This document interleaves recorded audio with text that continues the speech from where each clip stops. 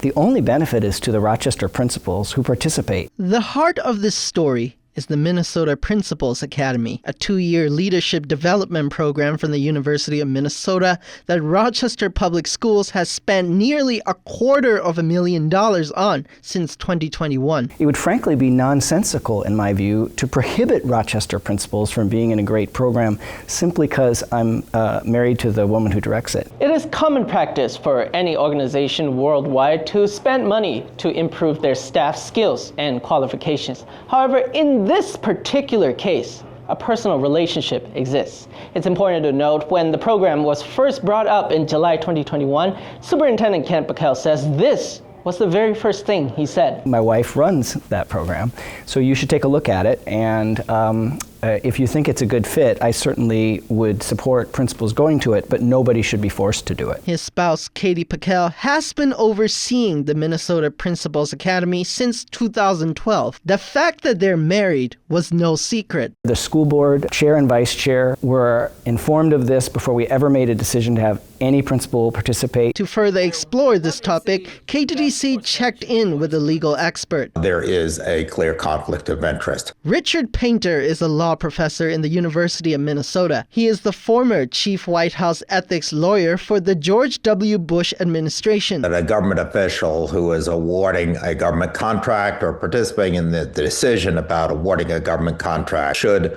not have a spouse employed by the government contractor. He believes this personal relationship opens a possibility for seeking financial gains. It is very important that a school superintendent not make decisions about a contract in which he and his family have a financial interest or that employs his spouse. To which both Superintendent Kent Pekel, neither my wife nor I gets a dime, and his wife, Katie Pekel, say is not true. No financial benefit, no career advancement, etc. The consensus is the same from RPS. Additionally, the district says in a statement, Superintendent Pekel was not the person who originated the idea. The chief of schools, who oversees all of the principals, approached me and said, what would the possibility be of us having our own cohort in Rochester? When I asked the professor what's the best way for RPS to prevent this potential conflict of interest, this is what he said. The best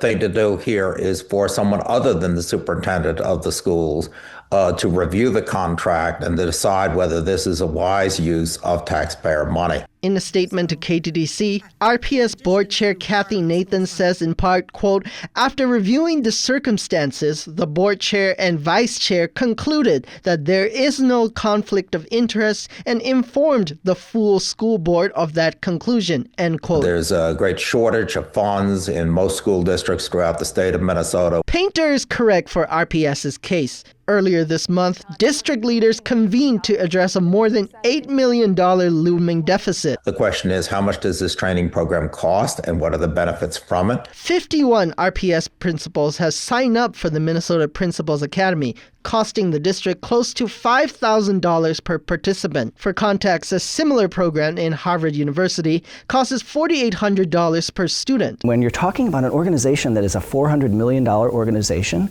to spend $250,000 over 4 years on more than 50 principals, it's a highly effective investment. It's actually one of the few programs, by the way, that's been supported by both Republican and Democratic administrators and legislators for almost 20 years. Pekel and RPS say the Minnesota Principals Academy is the only program for state principals that the state of Minnesota endorses and financially supports.